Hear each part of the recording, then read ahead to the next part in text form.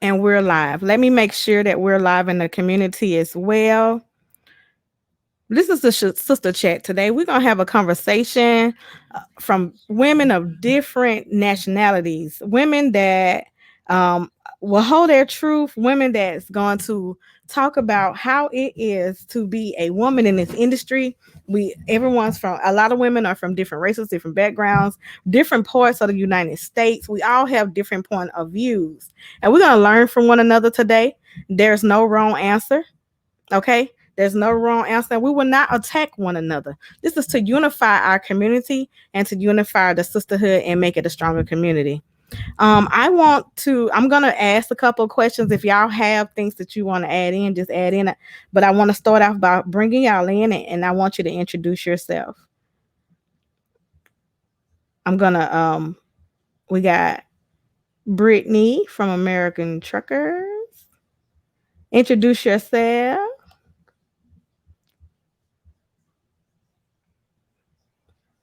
We got Miss Howard.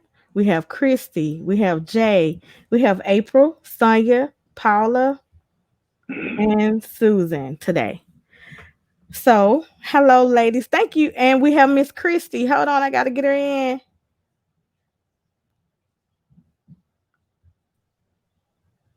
There we go. Got you. Okay. Thank you all for coming on and having this conversation.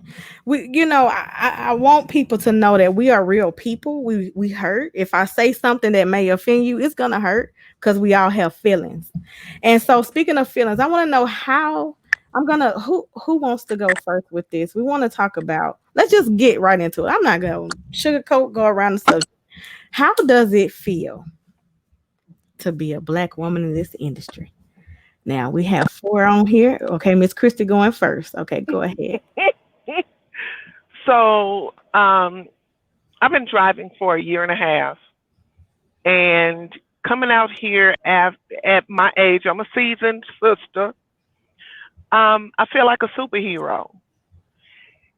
It's that I love what I do, but it bothers me when I see some of the men that look at me like I have an eye in the middle of my forehead. Um, so it kind of,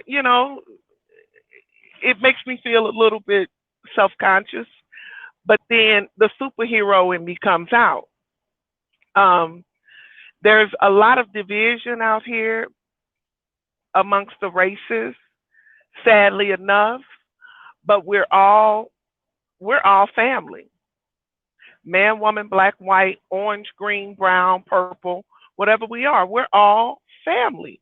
And a lot of times we are all we've got because we're away from home, we're away from our families, we're away from our friends and loved ones.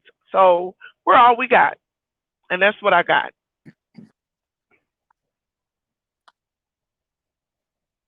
Thank you for sharing.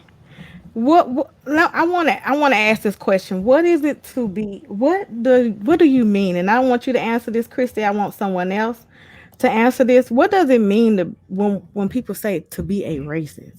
Like, what do they? What do you know? What we're gonna ask that second. What does it feel like to be a white woman? Period. In this industry. Oh, period. Who want to answer that question? Okay, we're gonna have Miss Paula. Go ahead. You might have to unmute your mic. There, can you hear me? Yes, ma'am. All right. I am, well, as a white woman out here, I don't view myself any differently than anybody else out here. And that's just how I am. I'm just a person out here doing a job just like the men and the other women out here. It don't matter what color you are or what transgender or what sexual preference you are. I don't care. We're all out here doing one job and we all got to kind of stick together and do it. So but as a white woman, I do uh I mean, I'm a minority, even though people might think just because I'm white, I'm not. I'm a minority out here. We all work in a man's world, and that's just the way it is out here. But I'm a third generation. My grandfather was a driver. My daddy was a driver. My mom was a driver, and she retired. And my sister and I are both drivers. So my dad said, you know, sis, you can do anything you put your mind to. And 5 years ago, I started doing this. So, um, but I just feel like I'm part of the cog that keeps America running. So I don't see color out here. We're all together. That's what I got. Thank you for sharing. Okay, I'm gonna open it up and let anyone talk who would like to talk and tell them how you feel. Like, how does it feel? Or do y'all want? You know what? I'm gonna just go down a list. I want everyone to share how you feel. Brittney, you're gonna be next.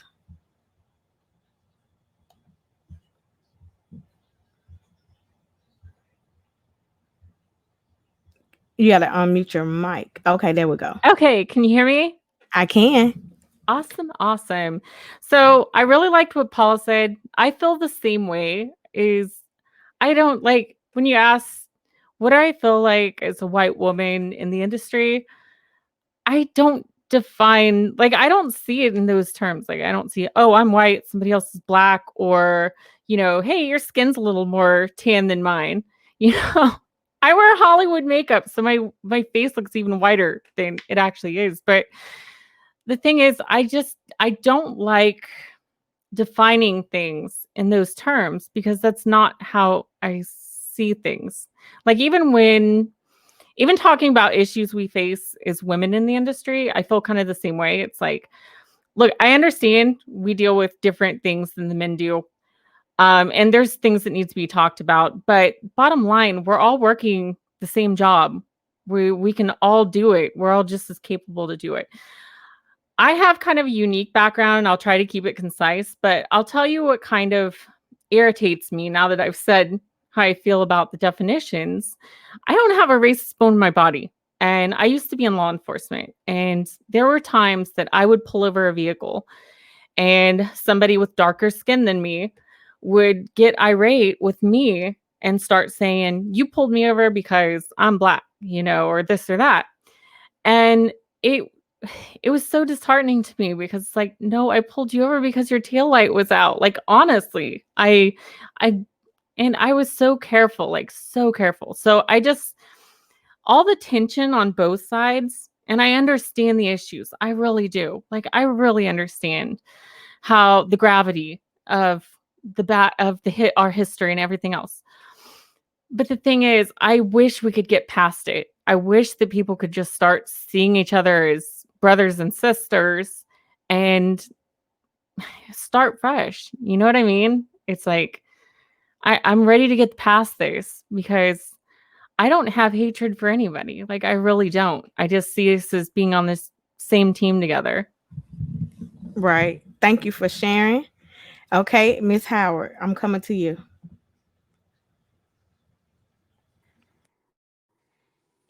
I'm so glad you guys are. I mean, we need to have this conversation, Sharae. Like you said earlier, it needs to be said first. I'm Reva Howard. I'm an accountant, the trucker's accountant, and this conversation again, it needs to be had. It exists, and a lot of times, and I think everybody is ready to go get over all of everything, but it unfortunately it's not going to happen that way because you're talking years of oppression, years and years of oppression, and it's just not. It can't just disappear. So the more we have these types of conversations, there is a change. The change is now. The change is now, and it's coming. The change is coming. So we can be glad and rejoice in that fact that the change is happening. But you're right, Sharae. We can't hide from these conversations. We need to have more of these types of conversations to bridge that process to healing. So it's happening, and I'm glad to be a part of the movement. And there has to be change. Absolutely. Thank you for sharing. I'm coming to you, Miss April. Hi. I agree. I think there needs to be change too. Before I got into trucking, I worked in the disability field, and and I took clients out into the community, and people would just stare and make fun of them and stuff. It's not their fault that they have a disability. They didn't ask to be born that way, and it's just like us being born white or black, or I think that we should all love one another. I mean, we're all God's children in this, and I just don't understand the world, how everybody can just judge somebody. And I have a hard time understanding that. And, like I said, I'm a special ed coach. I got so close to the clients, I just had to have a break. And that's how I got into trucking. And I've been with Warner for a year, and I love it. But you see a lot of hatred out on the road and stuff, that things that doesn't need to be there. If we could all just come together and, love one another, I think we would have a better understanding in life, and just to get along. We've all been through so much with the COVID going on, and times like this is where we all got to stand together. And that's all I have on that. Perfect. I agree. Thank you for sharing. I'm coming to you, Miss Jaye. Hi, can you hear me? I can. Um, I've been in trucking now for a little over 3 years. I came from nuclear power. My background is I've actually kind of been both sides of the fence. My mom is mixed, black and white, and my dad's black. So all through school and through things like that, everybody was like, "You sound so white." I used to be like, "How do you sound white? Like white is a color." But I've dealt with that my whole life. And people talk to me on the phone and they're like, so okay, oh, I didn't expect that when I saw you. So I've dealt with that my whole life. Like, you don't look like you sound or whatever. But I mean, just being in this industry itself, it's been a challenge. Being black, of course, I felt like I've really, honestly, I grew up in a small town that was predominantly white. So therefore, I really didn't feel the effects that some people definitely are feeling. It's actually taken me a long time to actually feel the results of racism, because I felt like I didn't grow up with that. I never had a problem myself, but I do see other people, my sisters and brothers that do. And I do realize that it is a real thing, and that just because it doesn't happen to me doesn't mean that it doesn't exist. So I'm glad that we're addressing things. And just like I forgot her name, but just like she said before about people with disabilities, sometimes I wish people would just ask rather than just assume. Um, Sometimes I get people asking me, are you married to a white guy? Um, no. But I mean, I get all kinds of stuff because of how I talk, or like where I'm from, or the small town or whatever else. But I wish people would just ask questions, because I'd rather ask answer your question rather than you just assume that I'm a certain way because I look a certain way or I sound a certain way. So I'm glad that we're addressing these things.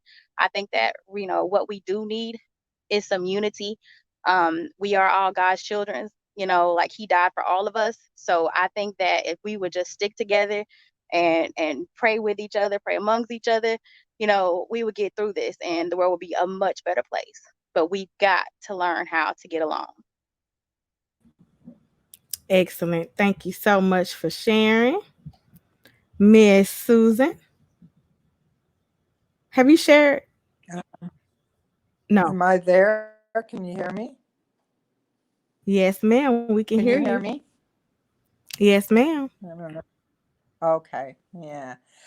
So we're talking about the subject of Black Lives Matters, what you had said in the beginning, and in trucking. Well, no, we're talking right I'm now. from The Canada. question is, how does it feel to be a white woman in this industry? Okay. In this industry, I can't decipher between the difference between black and white because I'm only white. But in a woman in this industry, we have challenges. We all have challenges. I don't care what color you are, but this is a male-oriented business, and it's gotten better. I've been in this for 36 years now, and definitely had challenges as a woman. it's different in Canada when you're talking about racism than it is in the United States. I've never experienced the racism card more than I did once I started going to the United States. I find it's very a lot more racist over there than it is here. W- we don't have as much racist issues over here than you do there. But in the industry, I think it's women, period, not of all colors, that we've got our challenges. And when I don't see a difference between black and white women in this industry, I see women in the industry. Um, and it's us versus men more than black or white or any other color. I find it's women versus men in this industry, and we've got our big challenges there. It's more dangerous for us. We have different challenges in the danger area. Um, the um, all the movement that's going on now, I have difficulties with it because um, I, I'm not seeing progress. I'm seeing it's declining. Um, People need to talk about it more often. We need to come together more on this, because it almost, to me, what I feel, it's bringing out more black against white. I think it's a human race that needs to conquer these challenges with police brutality. They're all races are being brutally dealt with in the police industries, and also I feel that it's regressing. It's not what I'm seeing as a blame game here too. Is that I am being blamed for the terrible things that the black people went through in their lives, where I have like nothing to do with this, or don't have the understanding of it. I would like more understanding of it, mind you, because I have dealt with when I've said things that it's been returned with, like, how dare you talk like that, where it's like I'm talking in interest and talking in a caring position, but I'm being received as a racist for doing saying those things.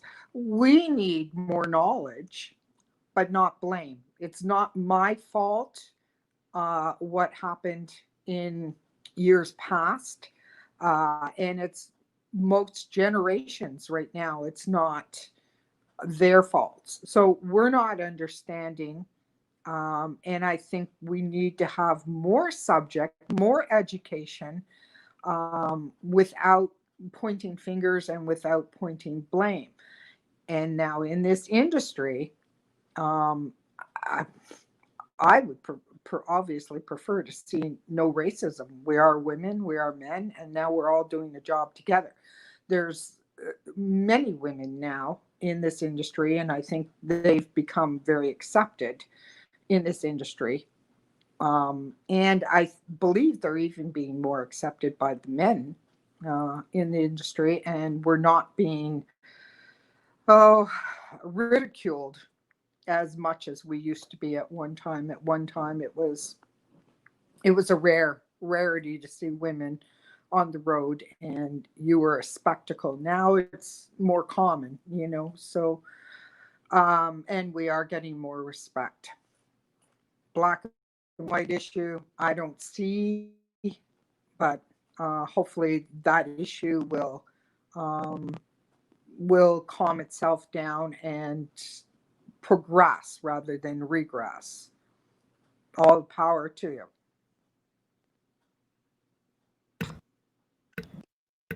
Thank you for sharing. All right.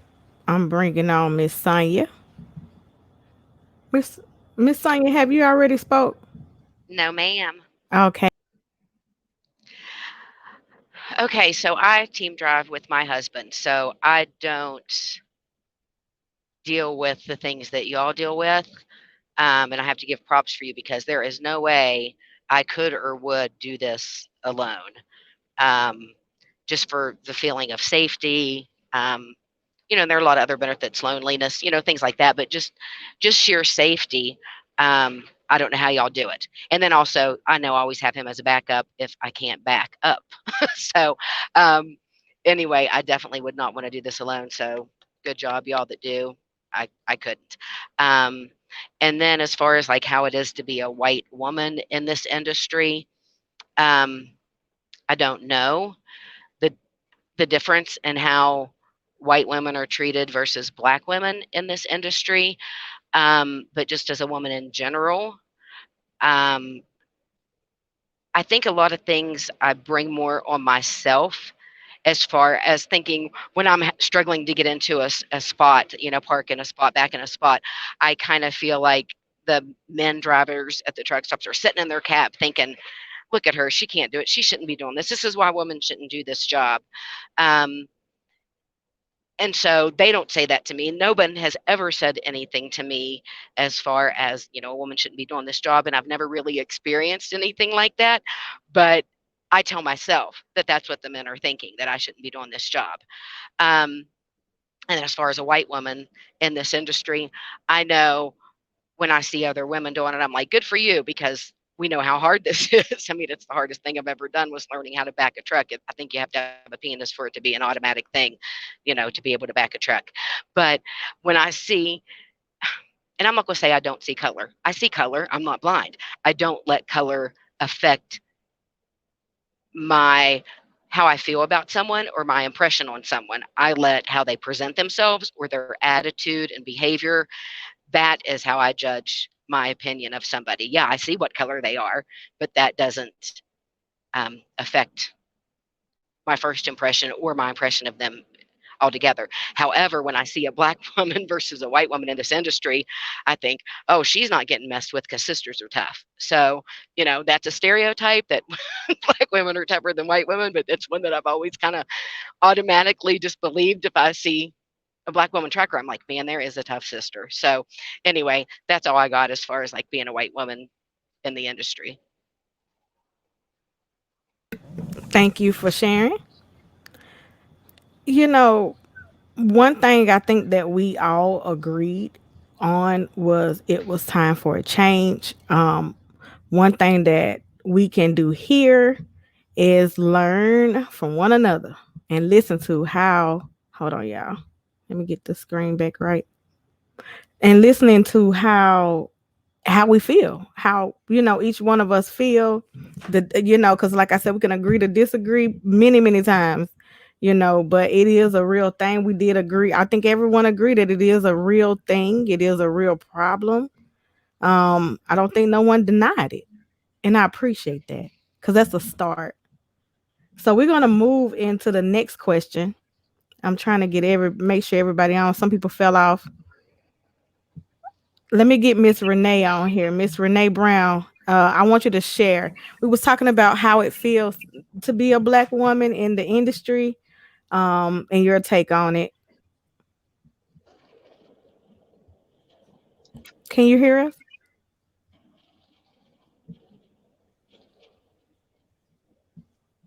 Renee?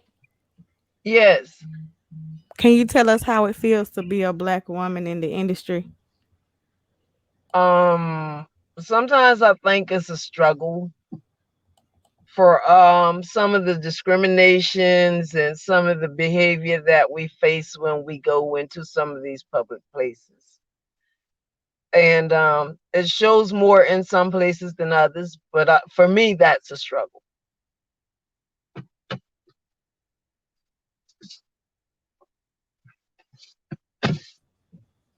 Okay, thank you for sharing. Okay, I'm gonna bring everyone up because my next question is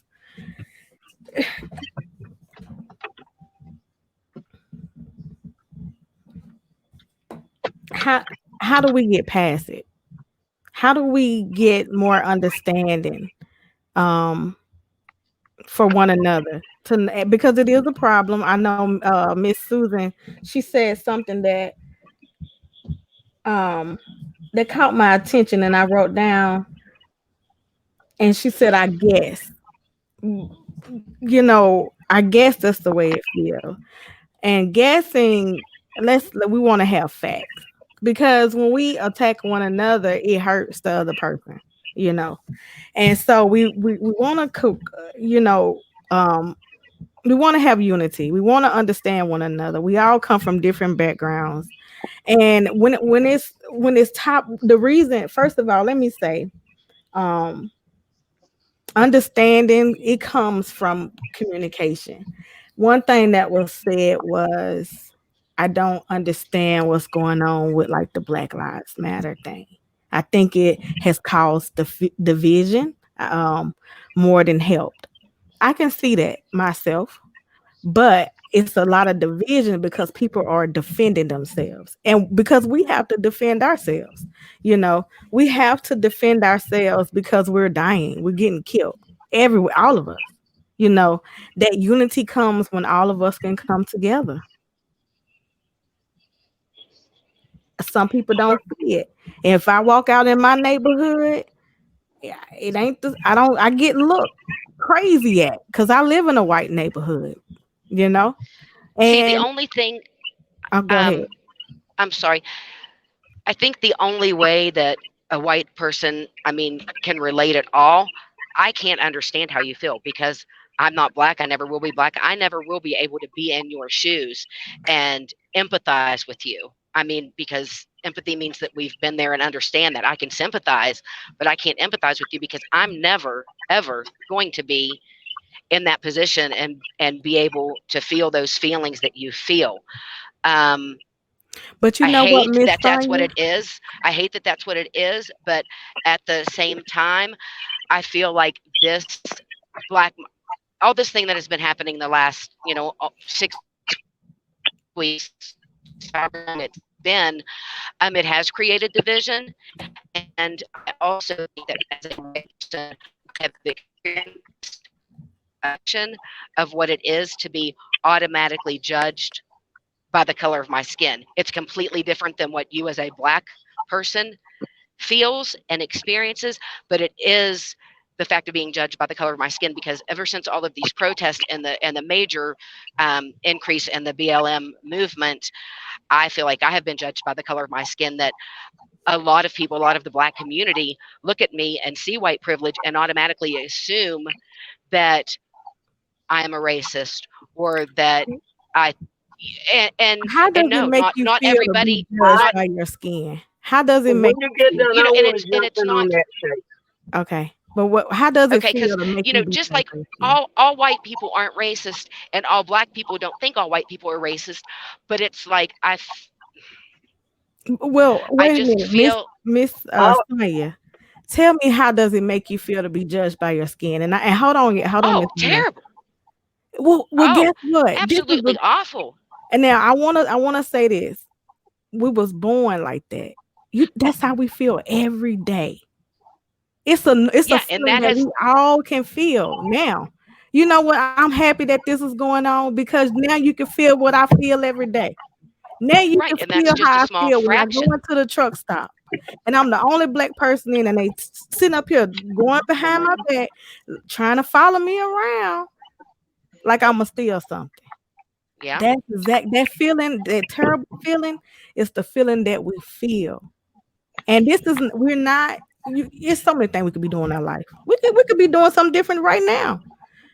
That same feeling is what we fight for. You get what I'm saying? Do you understand?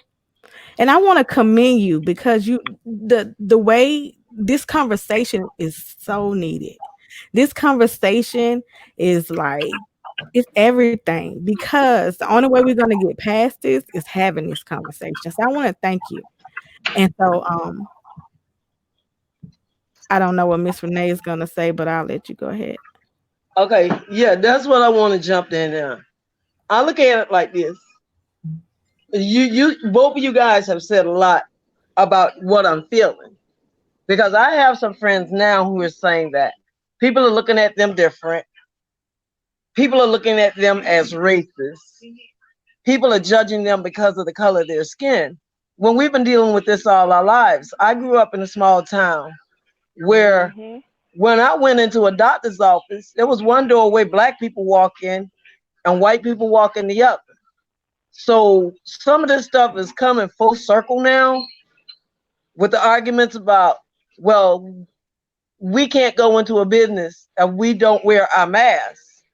Well, there were businesses we couldn't go into because we were black. And we lived that all our lives. And it's not a black thing, it's not a white thing. And so people put God in.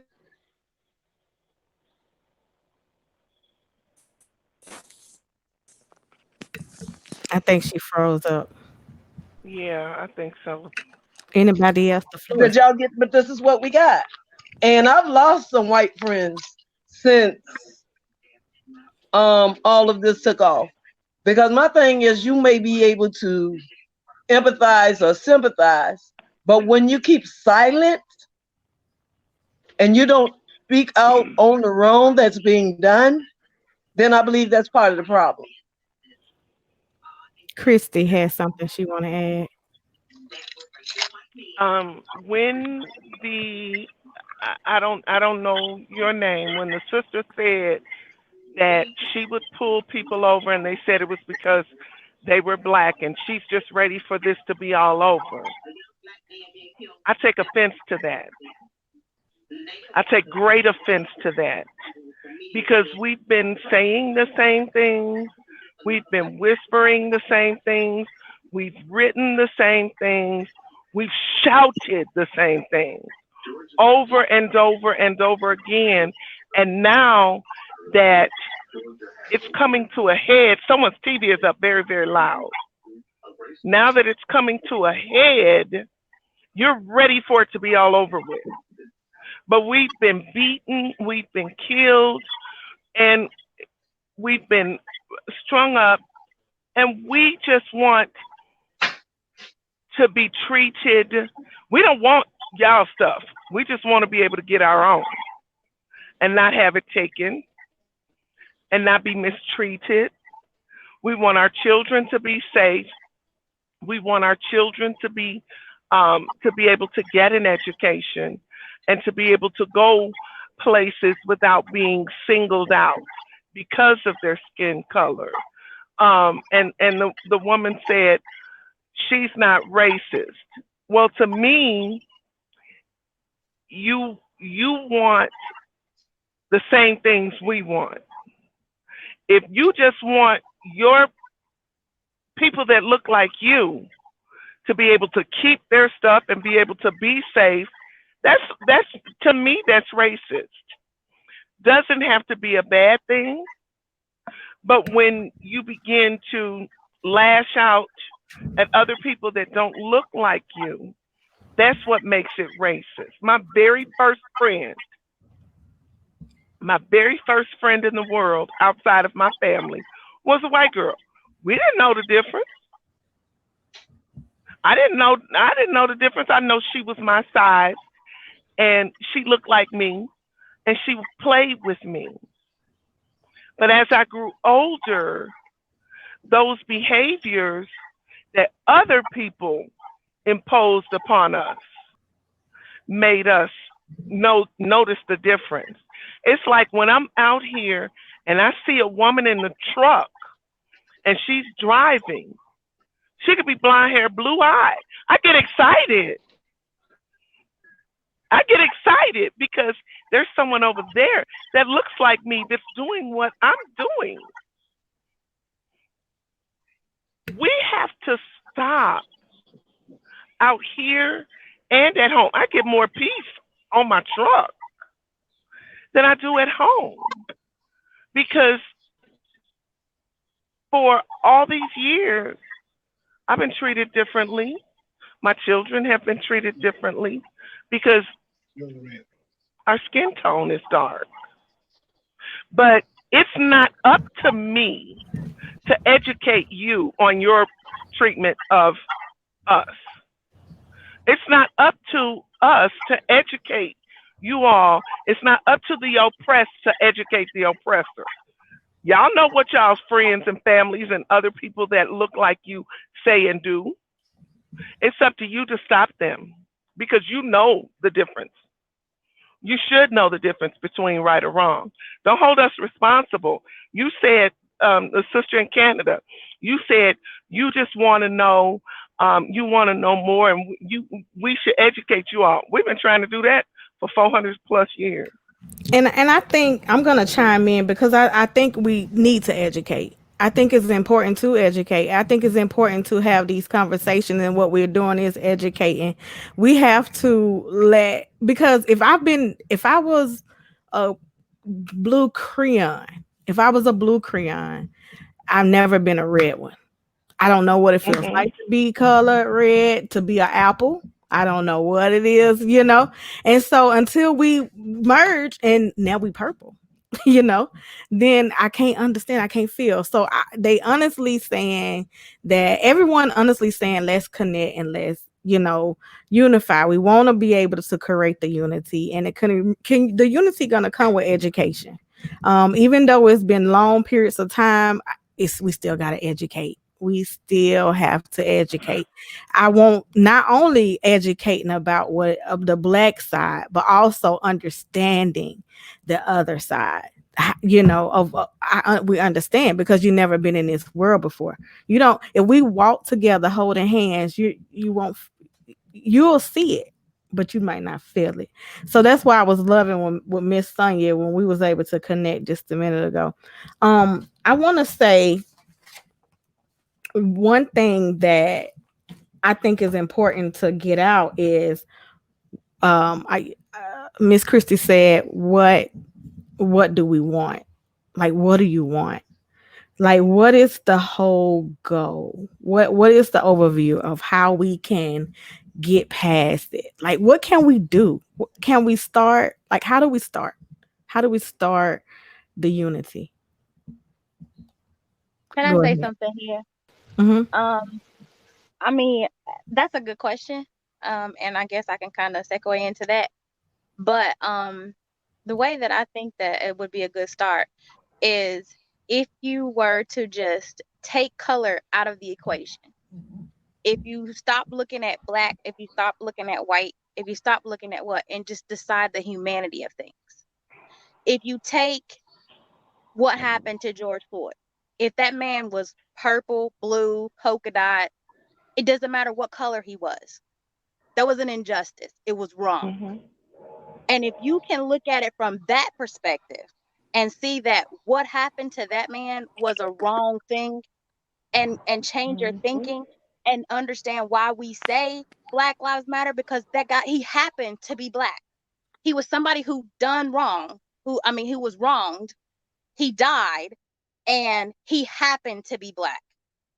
So the reason that the whole Black Lives Matter thing come is, for me, my perspective of is that even though I have black and white in me, you know, um, even though I have that or whatever else, I can see both sides of the story. And I've always had to kind of defend both sides because I have both in me.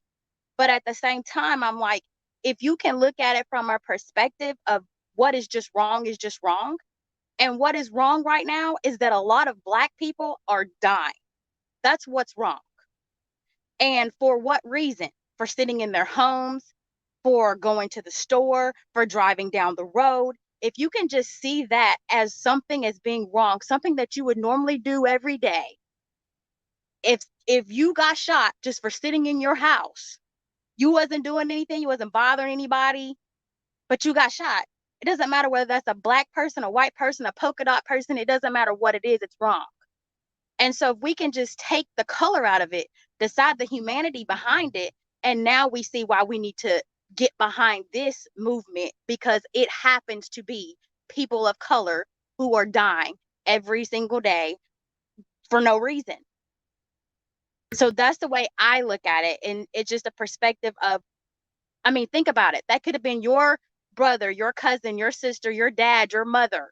It could be somebody in your family.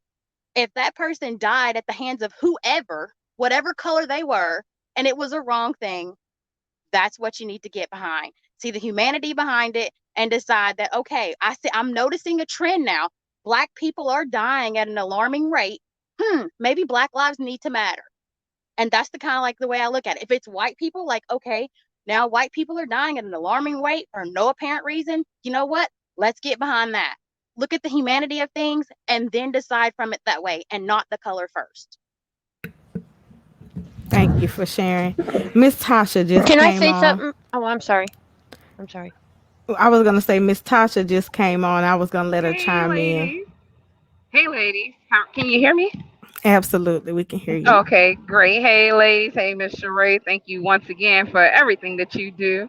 Um, uh, I feel like I'm coming in real late and coming in on a whole lot of stuff, but I have had several experiences being uh, brown toned, and one of my experiences was when I was on a contract with Walmart. I was in Indiana, and I went to this place, and as soon as I walked through the door, it was all other races except for mine, all other colors except for mine.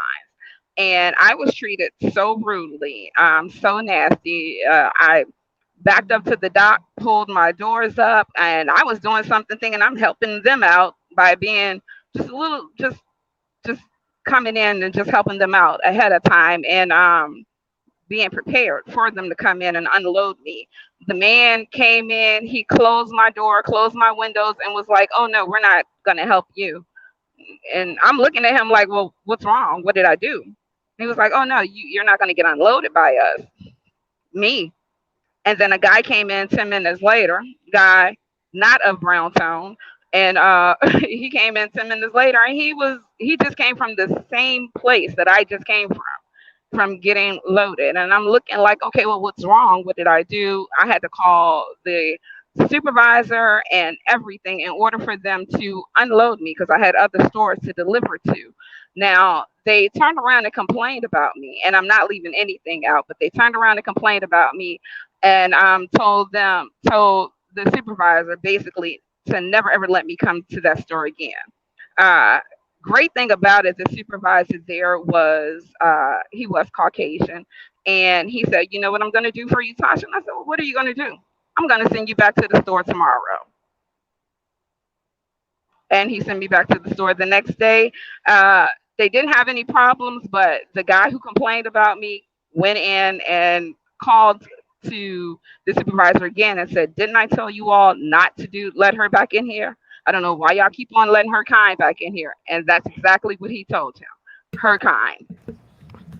You know, I worked for a guy, Hmm. and we could not tell who the owner of the company was because he was Ooh. black. And I know y'all probably ain't never heard this before. I know it's probably sound like it's the most craziest thing, but it was so true. It's so true. I work for this guy, and he this guy is a very known person in this industry. He has one of the best trucks in the industry. He wins all kind of awards, and I could not disclose that I worked for him. We Wow. had to say it was from someone else because he would lose contracts. So Mm. the same things that you're saying is very dominant in this industry. You're It is right. it's things that, and that's why we're so passionate when it Hmm. comes to these topics, Mhm. because there's so much that going on behind the scenes that y'all will never know unless we Right. have this conversation. And these Right. are things that we experience all the time. You know, it's nothing to I mean, it's nothing for us every day to feel this feeling because it's in our face constantly when we walk out the door. Okay, I go ahead. understand. You can go ahead, Miss Um, Sonya. Okay, so what I don't have much experience with race issues other than social media and reading and seeing on the news and whatnot because I am from Podunk, West Virginia, small town West Virginia. Our black population is 1%. There was one black person in my school. Um, My daughter lives in Mississippi, and I went to go to church with her. She goes to a black church. There were 6 white people, and the rest were black. So that's the only experience I've ever had around a significant number difference or even equal to, because again, one black person in my school. So not being based. I mean, what can I do as a white person? What do I do as a white person to not come off as racist, or to help with this battle, and to help with this battle in a way that, I'll tell you what bothers a lot of people are the riots, and that is interfering with the Black Lives Matter movement, are the riots, because that's what we as white people are focusing on. And I hope that doesn't sound awful, but it's like, I don't understand why those are seeming to go hand in hand. But anyway, I guess my basic question is, I don't have experience with this. So what, as a white woman trucker, what is me as a human being? Because I agree so wholeheartedly with what Jaye has been saying. And this is a hard issue, and racism has been around since the Tower of Babel, when God made all the different races and scattered everybody. It has been around since then.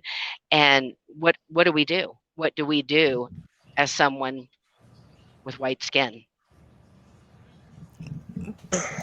Can I say something real quick before I have to go get my load, Yeah. everyone?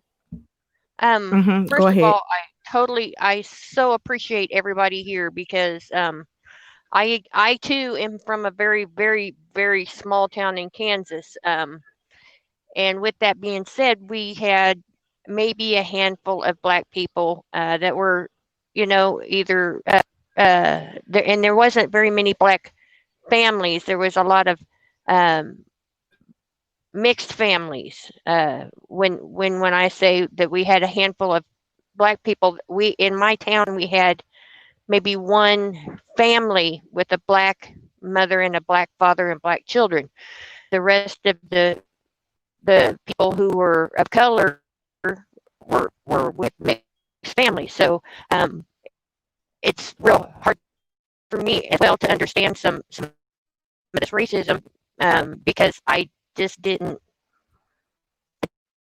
just don't know about it. I did have a friend of mine tell me, and this is the way I grew up. So a lot of this behavior that have, it's learned here. Okay. And because we didn't have a big community of black folks, when we described people, I would say, yeah, I met this real nice black lady or this real nice black gentleman who helped me out here. And my friend from Louisiana, who grew up and was raised around a lot of black folk, and the community was a lot bigger, she says, Polly, you can't say that. And I didn't understand why. I just didn't understand why, because that's just how I was raised. This, and it's about learning. I have found it's about learning. I needed to learn that. I didn't know that was wrong or was frowned upon, or that people didn't appreciate that kind of talk. So we just have to learn about each other out here, and we have to love one another out here. But just like, everybody, we're all human. We all came from God. We all bleed red. Every single one of us bleed red. Need I want love to back in this say, country. I want to say two things. One thing is, it's not a riot. This is a protest. Okay. So when you think of a riot, that was all the looting and all that stuff. That was not our movement. First of all, our movement was when we walked peacefully down the street saying that our lives matter, that people lives matter, that the human race lives matter, and all lives can't matter if you leave one out. That was called a protest. People here in my city of Chattanooga, Tennessee today got locked up, put in jail for peacefully protesting. No one, nobody has been business has been destroyed in any kind of way, but they peacefully protest down the street and they just got out of jail today. Okay. So it's not a protest, it's not a riot, it's a protest. Okay. The second thing is the reason why Miss Paula, while people get offended when you say that black person helped me, is because now you're separating it. When you call, that's a division. That's like right now when I'm on here today, I'm gonna say white woman, black woman. That's the division.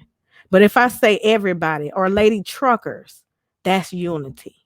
So it's important for us to use the right choice of words. I agree with you. Education is going to be the key to this to unify it, because it is we do have to watch what we say at times, um, so we don't offend one another. And I'm gonna give y'all the floor, and whoever want to speak, you can. I have two things that I want to say. First thing, I live in St. Louis, and Ferguson is probably 10 minutes from me. So when the Mike Brown incident or murder happened, I'm just going to call it what it really was. Um, we there were protesters out there, and my son went out and protested. I could not because I had surgery on my knee and I was on crutches. And he noticed, and they actually caught several of the guys. They were young, melanin free young men with backpacks on. They call them jackals. They were the ones who were starting throwing the bricks, and they caught a couple of them with bricks in their backpacks. They started the rioting and the looting, and the reason that was done, if you think about it, is they kick it off and tensions are high. You got young people who are already emotionally driven, don't have the tools and the verbal communication skills to express themselves. They follow suit, and then that lowers the property values. The property value is lowered, and then they can come in and buy the property. That's one thing. The second thing that I want to say is,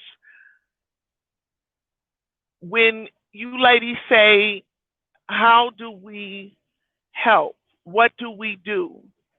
First, it begins by you asking yourself, why do we have to say Black Lives Matter? Why are we saying it? Why is it that we have to say it? Why have we been saying it for all these years? And when you can answer that question within yourself, and you can answer that question with your circle, then that begins the conversations that we need for you to have. And then have conversations with us. We have more conversations, educating one another about one another. But the first question is, why do we have to yell it? Why are we protesting it? Why do we keep having to say Black Lives Matter? Because up until recently, Black lives haven't mattered. And we need for them to matter. We need to matter. And that's all I got. Do you mind if I say something, Sharae? Go ahead. Okay. First and foremost, Miss Sonya, to answer your question of how do you, as Caucasian women, how do you?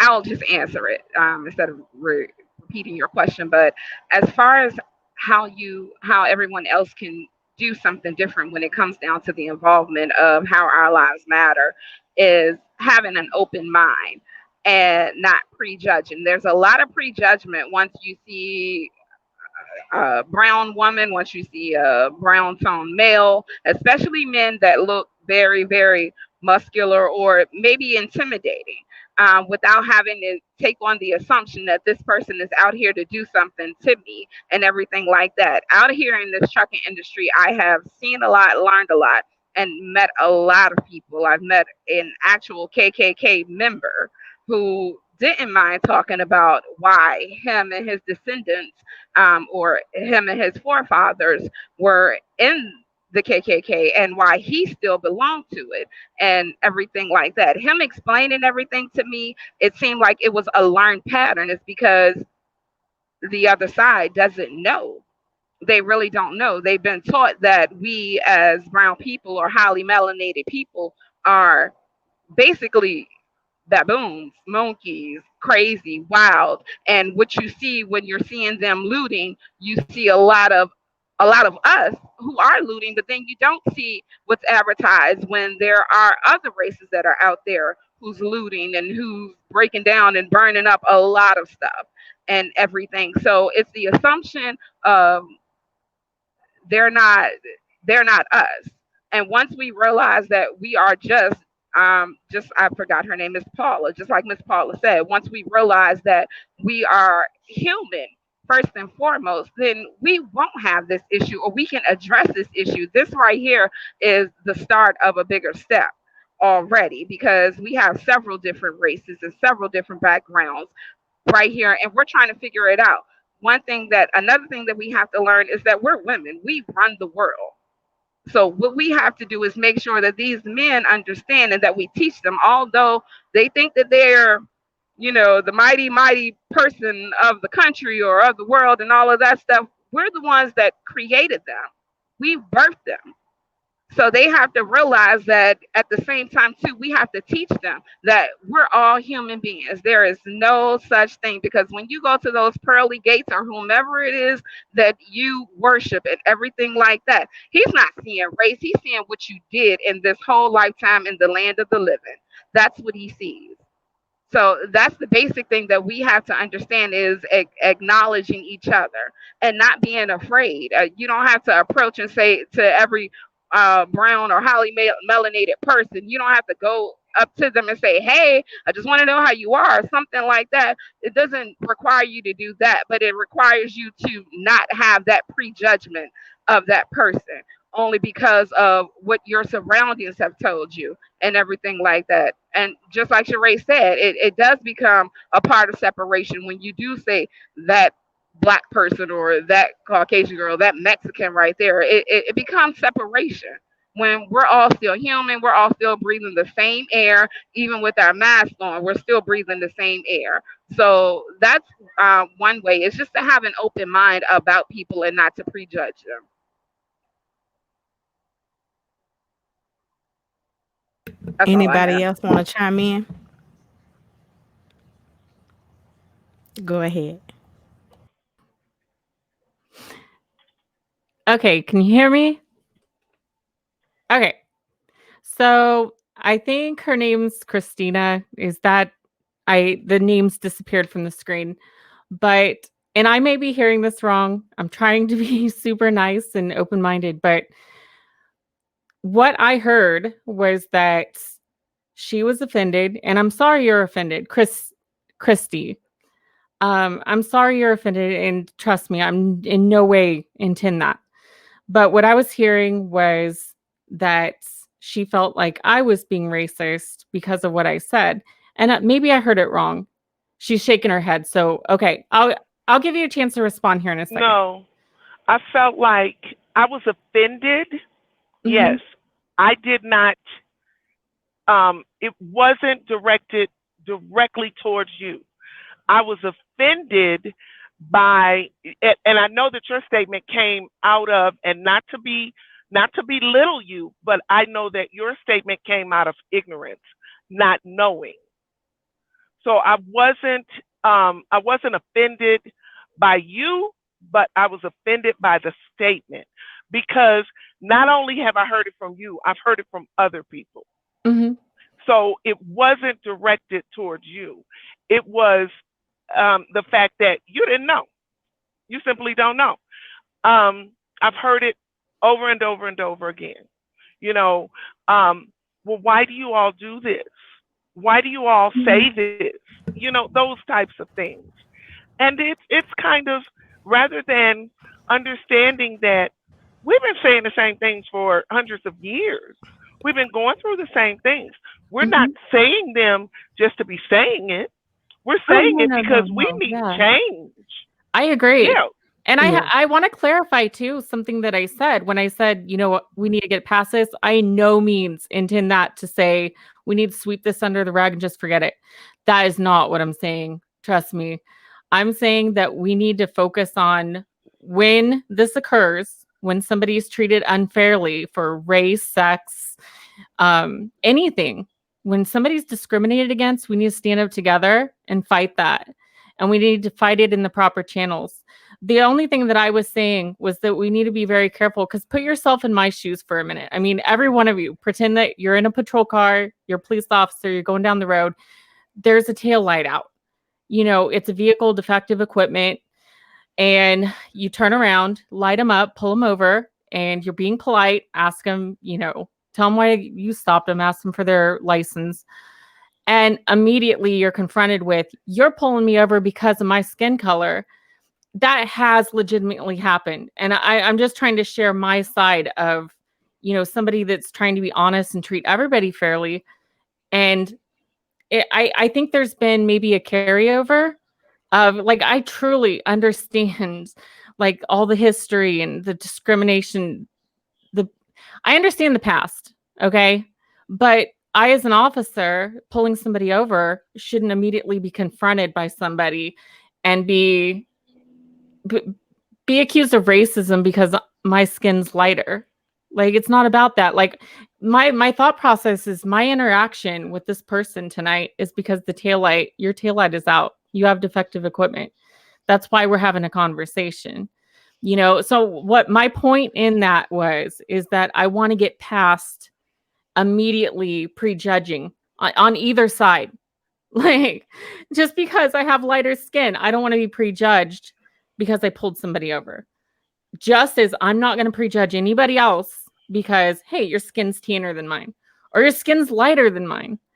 I'm like a good percentage Indian, and most people don't know it. I dye my hair. Like, um, I don't know. I want to get past that, and I want to get past it together. I'm not saying we should forget it. I think we need to stand up and take action. But So that's my what point. That's my point.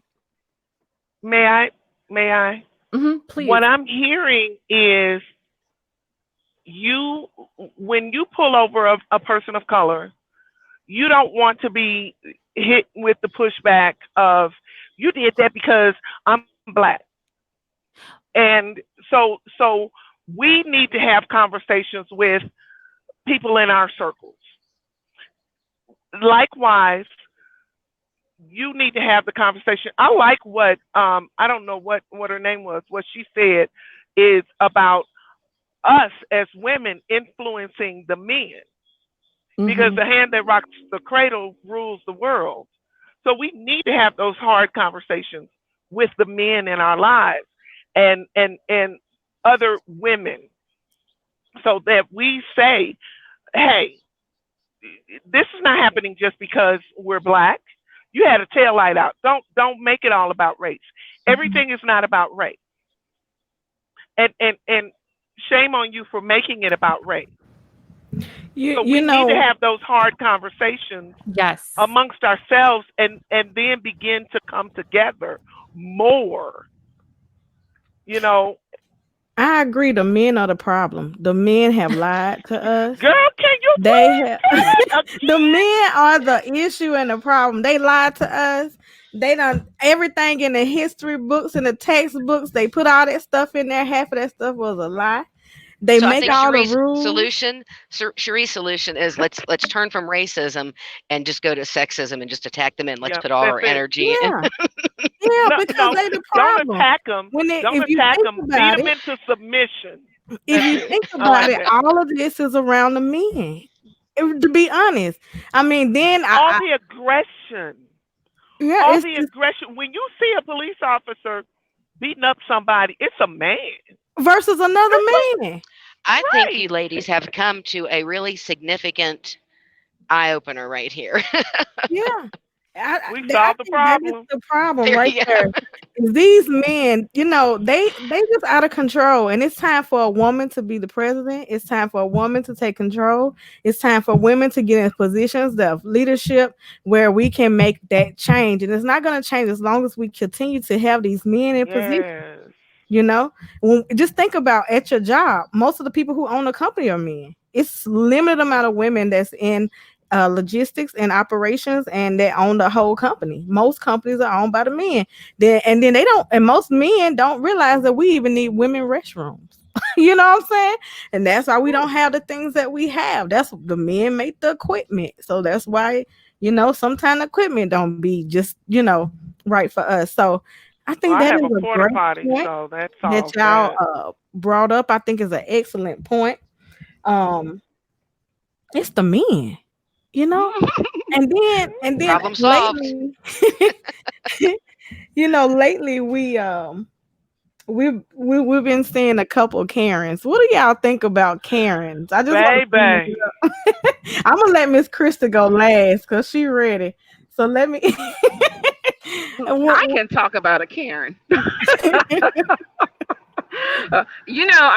be honest with you, first and foremost, Miss Brittney, um, I know you said, you know, you're always hearing, you pull me over because of my color and everything like that.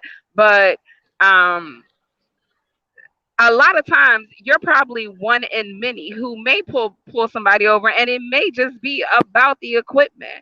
But there are several times more than many when it comes down to our men that get pulled over because it is because of their race, or because they're driving a nice car, and they're driving a car that's under the assumption of the fellow police officer that believes that shouldn't be what he or she should be driving, and things like that. So, not to say that it's just you and for you to take it personally when we do say, um, we don't like police officers pulling us over, or you're pulling me over because I'm black, but you have to understand that that is a norm for us.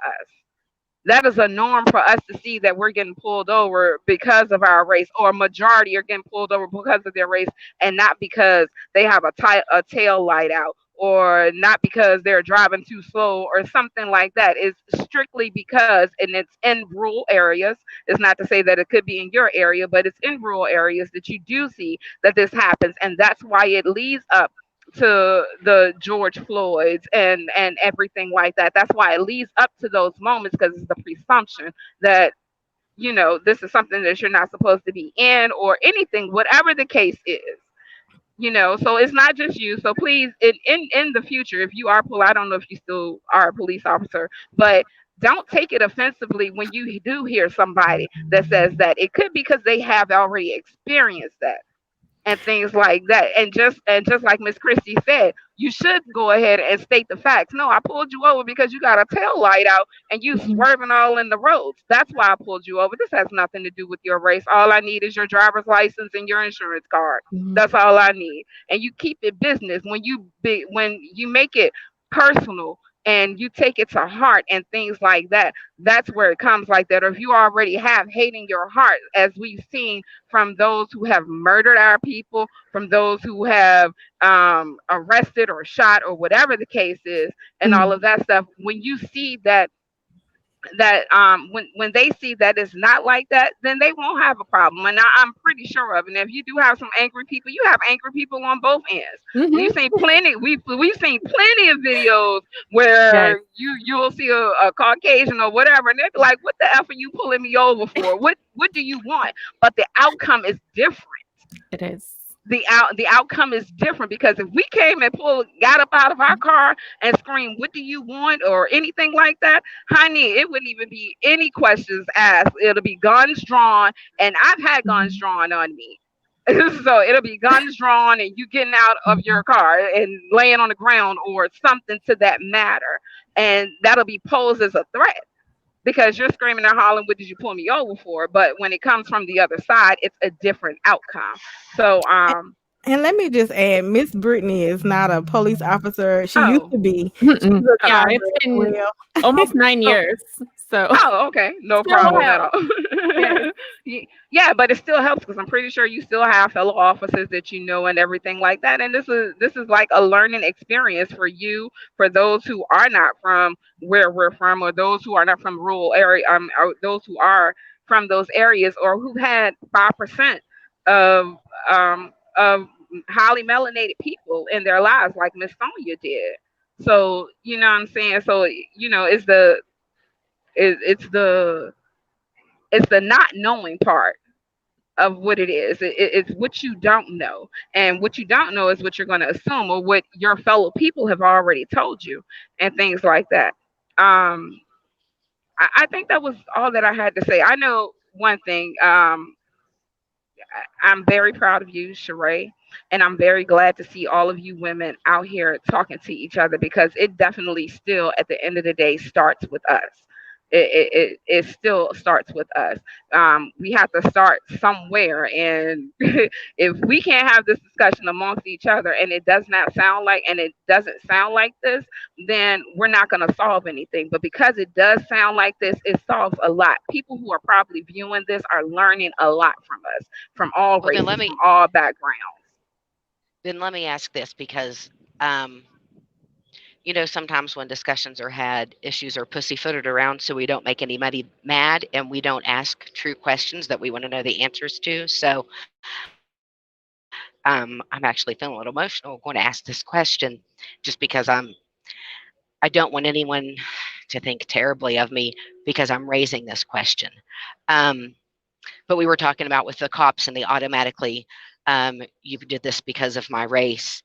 And I know that that happens. I know that probably majority of the time when a black man or a black woman is pulled over, it's because of a preconceived notion of that person because of their race.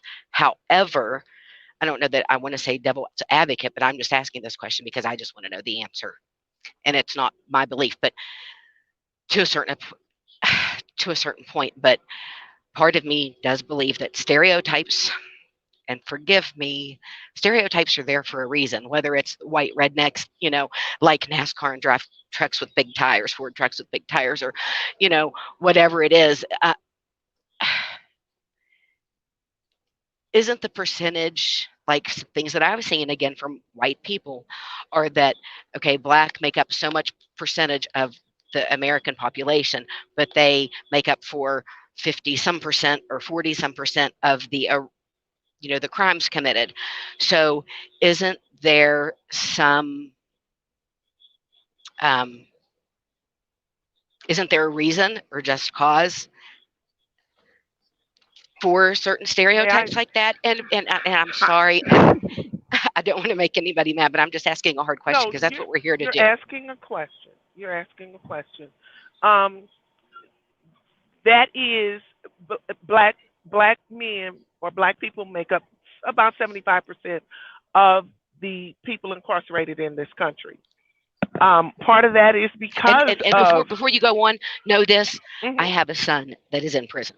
So you know. okay, Anyway, so it's you know. and you're asking a question. You stammered around it so as not to offend, and no one is offended by that question.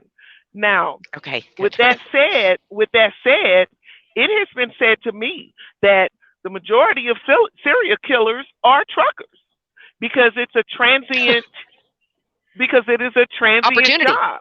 Right, right.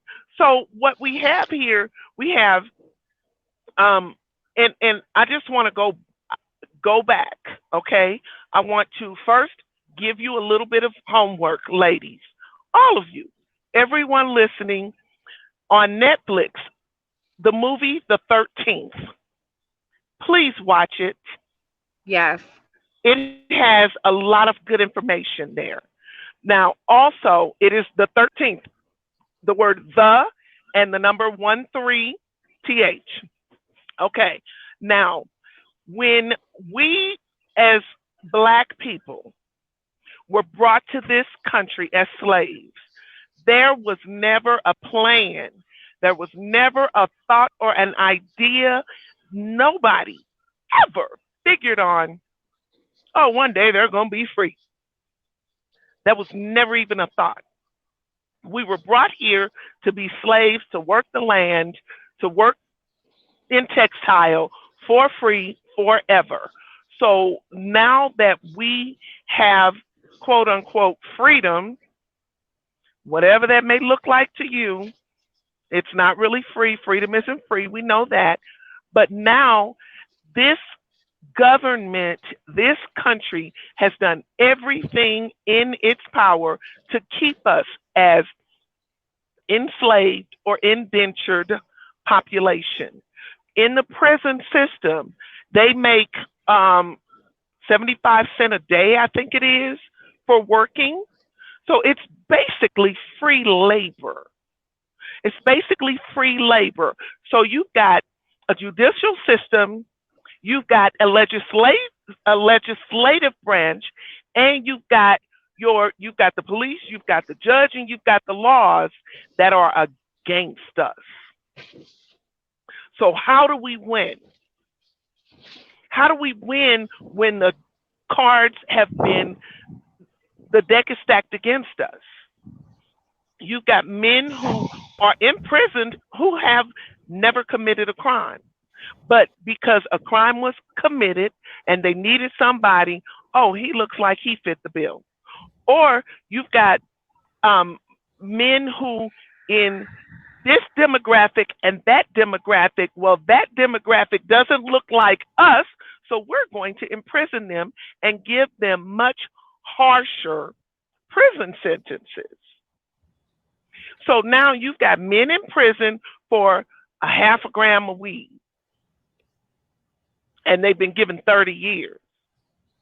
So some of that goes to show that the system, the cards, the game is rigged. And just because they're there doesn't mean that they deserve to be there. I have a very good friend who is also a driver. He did 22 years in prison for murder. He did kill the man. The man pulled a shotgun on his then wife and child. The man had also molested both he and his brother as children.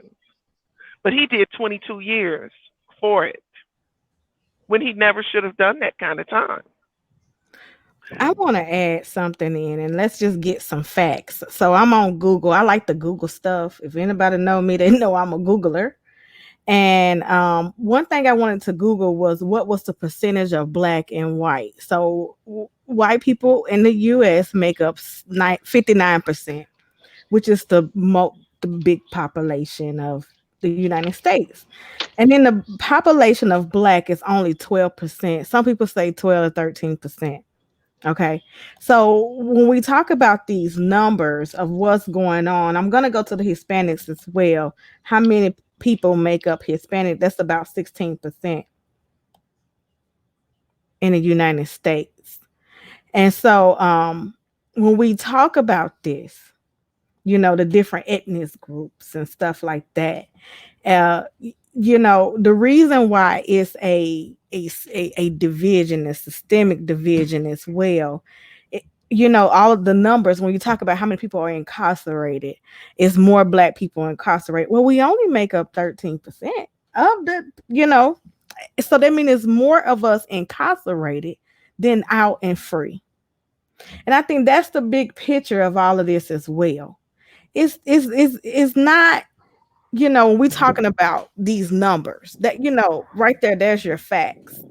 And that's why it was already an image created about us before we even spoke. It's already an image created about us before we can even breathe.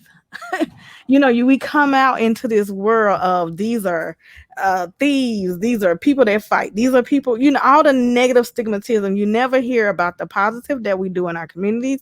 You never hear about how it is a lot of people that raise their families. You don't hear about the good side that of any race. It's always that negativity that we have been drawn to throughout the years. But you have to go back and you have to look at the statistics, the numbers, and to figure out why are we here? What happened? And so I want to move into how do we get past it? How can we Where can we start? I'm going back to that. How do we start with um and I think today was a start. If y'all agreed, today was a good start. Yeah. I don't know who want to chime in, and I'm just asking, like, how do we move forward? What can we do? Sharae, I know you said you're going to move forward, but I think we still danced around Miss Sonia's question. Um, a whole lot. So I'm gonna go ahead and I'm gonna try to address it as much as possible. And I'm gonna give you a background on myself, Miss Sonya. I myself was born and raised in Richmond, Virginia. I was raised in the harshest projects out there. We were probably number two in America at the time that I was growing up, as far as murders and everything of that nature is concerned. I really think that you're asking about black on black crime compared to cops on black crime. Is that the best way to say it? I can't hear you. That as well as I'm sorry, that as No well. problem. Yeah, stereotype blondes being dingy. Anyway, um, but that as well as just the stereotypes or the preconceived notions on just like Brittney was saying that he assumed he was being pulled over because of his race. Well, maybe she didn't, but a lot of cops do. And do they do that because of the high percentage compared to the number of population? Is there a reason for that stereotype? I guess is what I was meaning. Um, is that stereotype justified? It's, you know what, in all honesty, in some cases you can say that it is, but just like I gave you the example of, we get crazy cops get crazy people from each side, from each race, Right. and Right. everything like that. Now their outcome of what could happen in the end may be different if their approach, if they're all having the same approach, if they all came out of their cars the same way and everything, each individual will be treated differently. Why is there a stereotype? It's the preconceived notion that we all have, well, that we notice that everyone else has of us. Now, me having a nephew who's a brown color and everything like that, I can't say that I can easily get past this situation, because you know what I have to worry about? I have to worry about him in and out. He goes to school that's predominantly Caucasian.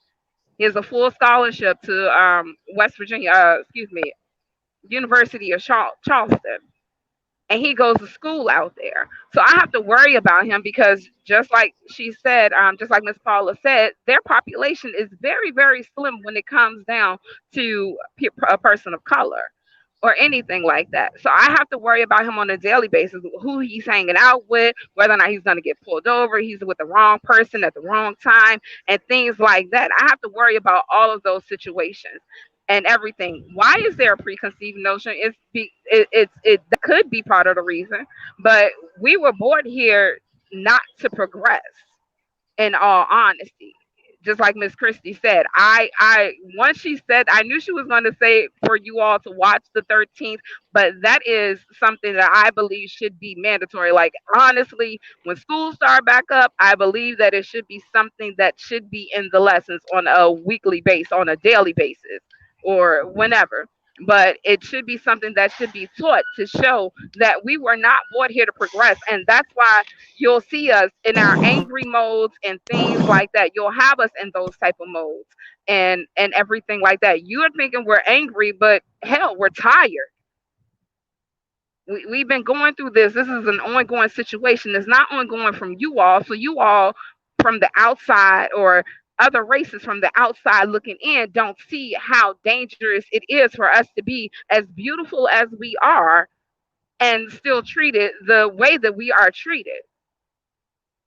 You know what I mean? So that's one of the biggest things, is that, yeah, it is, because it seems like if you go across, they're gonna say, "Oh, us women, all of us brown women are angry. We are angry black women." That's what they'll say all the time. You'll hear it a lot. So it's just a matter of, like I said, having an open mind when you come across that person, or teaching your child, or teaching your family that they should have an open mind, and they should not separate us from who they are, only because our skin color is different, and only because our struggle was way, way different than your privilege. So I hope that kind of answers your question. or gives you a little bit of insight. May I may I add something else? My oldest son is 34 years old, and I'm sorry, I'm getting emotional. When my son was born, I cried. I cried because he was born black and he was born male, and that fear of living in this country, in this world, of the police potentially beating him or killing him, of the struggles that black men have. It's harder in this country for a black man to live, get his to get an education, to take care of his family. It's harder than anyone on this planet for a black man in this country. And I cried. Today, I have fear for my brothers who are in their 50s and 60s. My brother was pulled out of his car. He and his manager. My brother is a pharmaceutical sales rep. He was on his way to Kansas City in a brand new company vehicle. They were both suits and ties, their jackets hanging up in the back, and the police pulled him over and harassed them. And he was in his 40s at the time, maybe close to 50. Um, he was pulled out of a police car when he was in his teens. He was chased at Rolla. He was chased by two men in a pickup truck with a shotgun and a Confederate flag. So these are things that we as black women see our males, our men, our male counterparts go through. We were, in the 60s and 70s, it was okay for you to have a man, but he couldn't live in the house because you got, you know, the man couldn't work, couldn't find a job, and then they're in public housing. So we were divided. We've been divided. We were divided during slavery, and we've been divided ever since. So it's the system, the systemic racism is very alive and very well in America in this day and age. And I'm about to go through a tunnel or go around, but we, when we look at our sons, when our sons leave the house, like like who was that? Sharae, Miss Sharae said she has a nephew, that we worry about those things. And it's not the same kind of worry of, oh, he's riding his bike, is he going to be okay? That's not the same kind of worry. It's a different, deeper, hitting way deep down inside in the heart and in the core of us. Because these are our people, our children, our sons, brothers, our uncles, our fathers, our men, our husbands, our lovers, our friends. It's scary. And it's a different kind of scary. I think and it's not the same background and it's not the same basis of your fear, but I believe that I know the fear that you're talking about. I'll just my son escaped from prison and at one point and was being hunted by U.S. Marshals and CERT team, the search team from the prisons and the U.S. Marshals, and so he ended up getting surrounded in the end, and they all had their guns drawn. And I think the fear that I experienced those hours that he was gone, and I'm not trying to make this about me because it's not about me. I'm just saying that, the way that you're talking has kind of brought to light and maybe giving me a little insight on the fear that you probably have every time a male loved one leaves the house would be like the fear that was overwhelming in just that one day for a couple hours. I think is probably the fear that you guys experience on a daily basis. Um, so, so I'm sorry that you experienced that. That's all. And you know, the biggest thing that we can start doing to answer Sharae's question is to help people understand that, just like you, Miss Sonya, to take just look at it from your point of view. Look at it if it were you in that situation. Just like you had to deal with worrying about, hey, is my son going to come back? Knowing that he escaped from jail, knowing that he's about to be hunted down by dogs and guns and all of that stuff. Is he going to come back? Now, that's all it takes. And that's the biggest step that anybody else can make, is to understand. And when you understand, you empathize, because you can understand all day and you can say, hey, we're trying to get to the focal point. We're trying to figure out how can we get this taken care of, or what can we do to end this. It's not going to be ending, because it's a perpetual cycle. So it's not going to end. What it is that we have to open everybody's eyes. So it is a learning experience for you. It's a learning experience for us, because a lot of Caucasian. Let me make this clear. My godmother was Caucasian. So people seeing her, people seeing me out with her, like, what you doing with that white lady? Or anything like that. That's what I'll get. Like, what you doing? And I'm like, that's my godmother. Like, I never even pictured her as being white. She was completely white, blonde hair, blue eyes, all the way. But that's not how I saw her. I saw her as my godmother, the woman that I love so much, and I would do anything and everything for her and everything like that. But it takes the experience of putting yourself in that person's shoes and everything like that. With this George Floyd situation, people are like, how can you look at George Floyd as a hero? How can you do that when he was a criminal? He was a criminal, true indeed, but that was. He was a criminal. If you looked at what he was doing before he passed away and how he traveled around the country to recruit football players for other colleges and everything like that, then you would know that this man had a heart. He had a past, but he has a heart. So everything that he did was not in vain, and it could have been a learning experience, just like it would be a learning experience for your son in the situation that he's in. I bet you he won't escape from jail no more. I can tell you that. That's just being on the lighter side. That's just being on the lighter side of things. But definitely putting yourself in our shoes and not saying, why the hell do they have to act like that, or why is this being done, or why is that being done, or anything like that. No, understand that we're losing our people for no apparent reason, and we're losing our people to ourselves too. We do have a very big issue with black on black crime, and I can guarantee you that is something that we try on a day in and day out basis.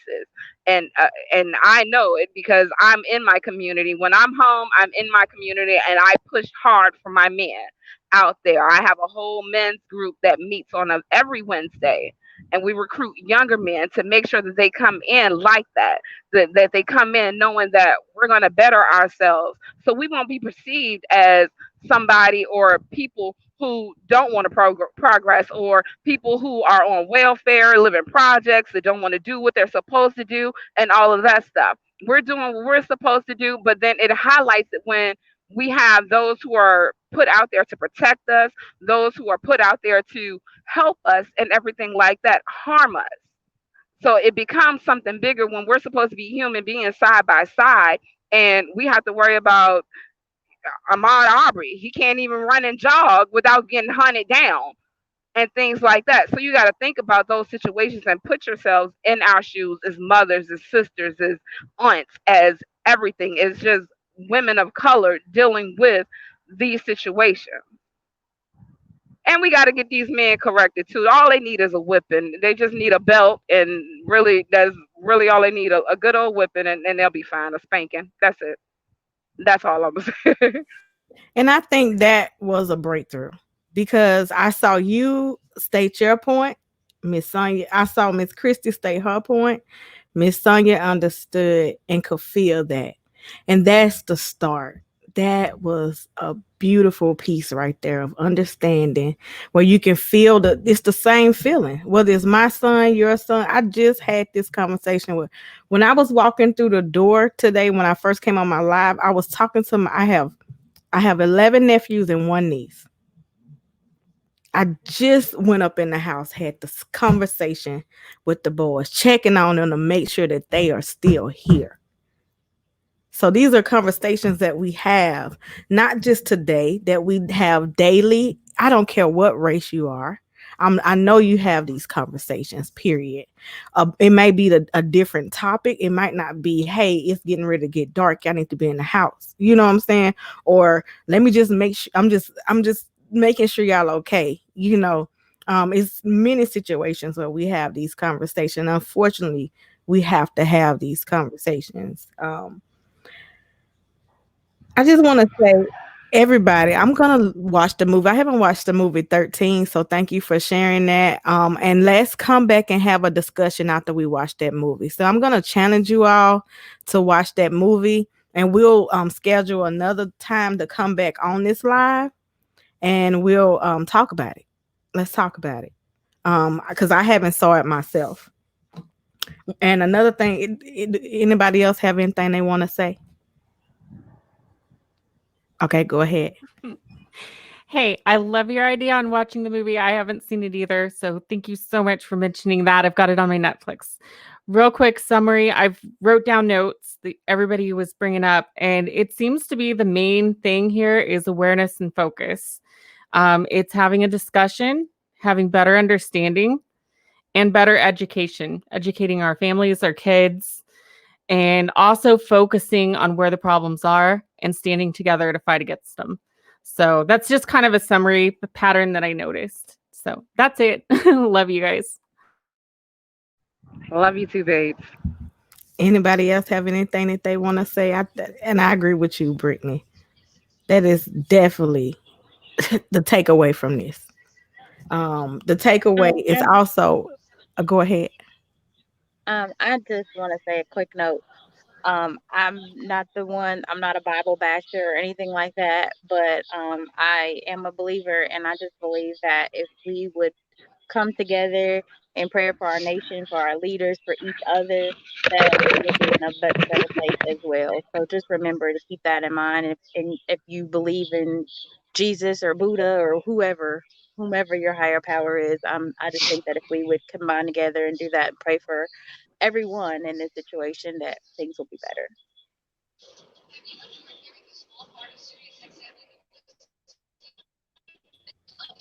I agree. Y'all know I ain't no big Bible thumper, but I bring God into our group in a minute. Right. I believe in the power of prayer. I do. I I really do. believe it. And I think that's what's gonna help us overcome. We did, Brittany, I'm gonna add to your list that men are the problem too. So we gotta put that on there. That the men are the issue. We realize that. But I do want to say, here in this sheet trucking community, the thing that always bring us together, it doesn't matter what race you is. When you see the sheet trucking t-shirt, when you see the sheet trucking keychain, the sheet trucking bumper sticker on the side of the truck, that has brought love into our industry. When I see, I don't care. I see the pictures that when people are meeting up and stuff like that, they don't even realize if it's black or white. They don't see the color because we all are unified in this community. So with that, we have to keep our community unified. We have to continue to have these conversations. Maybe not this deaf conversation. Hopefully we can move past it and we can move to better conversations as well. And walk as one, just a whole one sisterhood. So I'm so thankful that y'all came on today. I'm so thankful that I'm thankful for today. I started out angry. I was angry and I was mad as I was reading those threads, but this was needed. I think it was a very needed conversation. I think it was some breakthroughs. It was just everything. I don't know. Do y'all have anything else y'all want to add in? Thank you for doing this. Yeah. Thank you for coming on. What do y'all want, like, as closing statements? I want to go and just get some closing statements on what you want people to take away. And I'm gonna put the camera on you all one by one, and let's do a takeaway statement.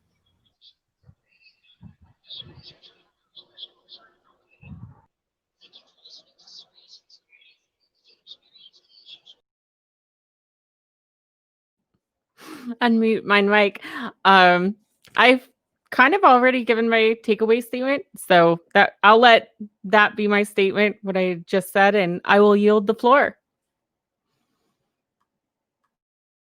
Read it one more time. Just one more time. Sorry about that. I was saying that what I had just said was my takeaway statement. It's what I've noticed. I really appreciate this discussion, and I think this is a great start. Love you guys.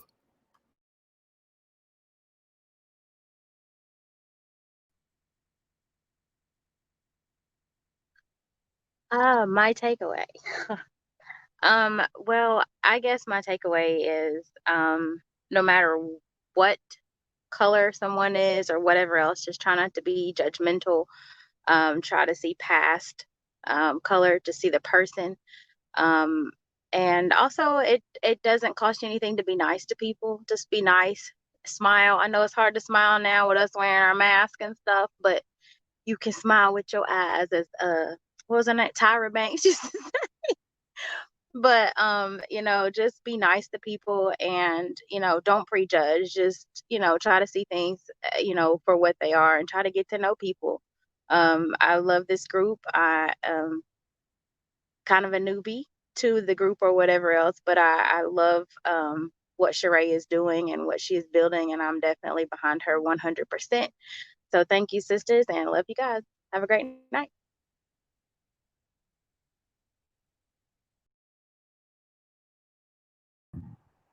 Oh, it's on me.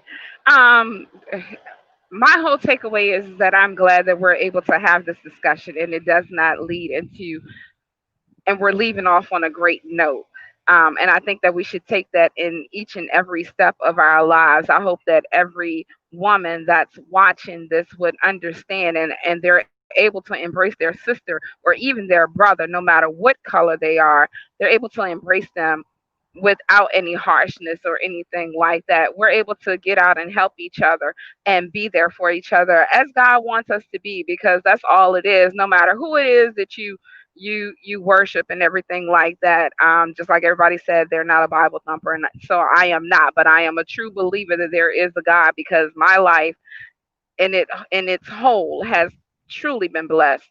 So even with this hardship. So the biggest thing is to make sure that we realize that we are here for each other. And Sheree, just to piggyback off of I forgot her name, but off of what she said, just to piggyback off of that, you are doing a great thing. And I say it each and every time that I see anything on Facebook, she trucking, each and every time I see a person with a she trucking shirt on, it just makes my heart melt, because you are in this for unity, and this is where it starts, and this is just the beginning. So I can't wait to see what God has planned for you for bigger steps, and that's for all of you ladies. So I'm just excited that we're able to address this, and we're able to look at it, and we're able to see what we can do to solve it or to help make it better. So I'm glad that we're able to open everybody else's eyes, and this has made my soul happy altogether. So I love you all, ladies, and I am glad to be in this group.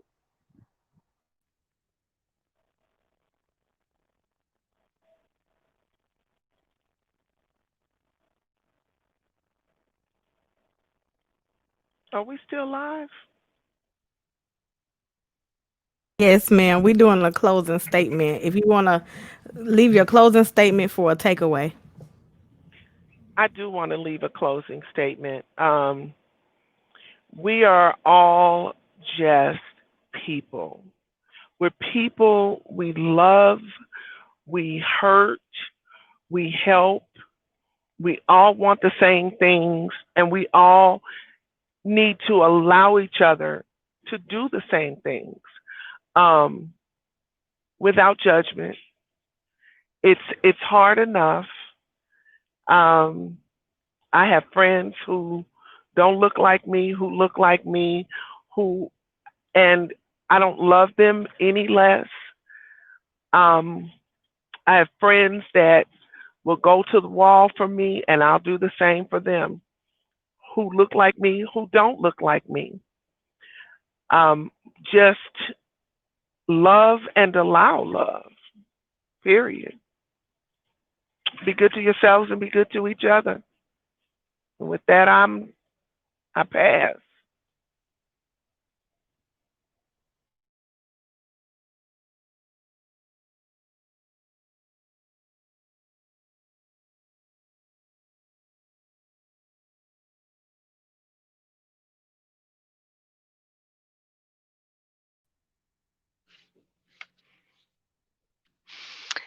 Okay, I guess my takeaway is n- no matter what, we need to try to put ourselves in other people's shoes, as hard as that may be.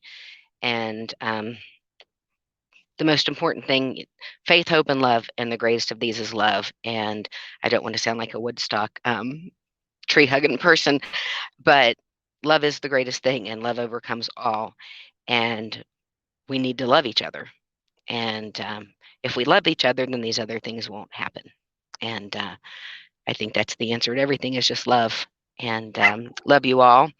And we just need to show love for everyone, regardless of their skin color, regardless of their um, financial status, regardless of their sex, gender, age, anything. We just need to show each other love in every situation. Bye, ladies. Thank you all. I'm so honored to have each and every one of you on. Y'all done made me my tears come down. I done took my lashes off and everything, y'all. I was just like, okay. Because I realized that we are the change and we are the unity, we are the change, and it starts with us. And so I'm so grateful for each and every one of you. I'm so grateful of you coming on and willing to speak and where we can come together. Um my quote that I is my quote is I couldn't change my past, so I decided to change my future. And with that said, we have the opportunity to change the future. You know, we can't change the past, but we have to move forward in changing the future. So once again, Miss Brittney, Miss Jaye, Miss Tasha, Miss Sonya, and Miss Christy. And we had a couple others come in as well. And I just want to thank each and every one of you for being a part of the community, for sharing, for caring, and for understanding. On that note, we're out. Thank you so much, y'all. Thank you for tuning in, everyone.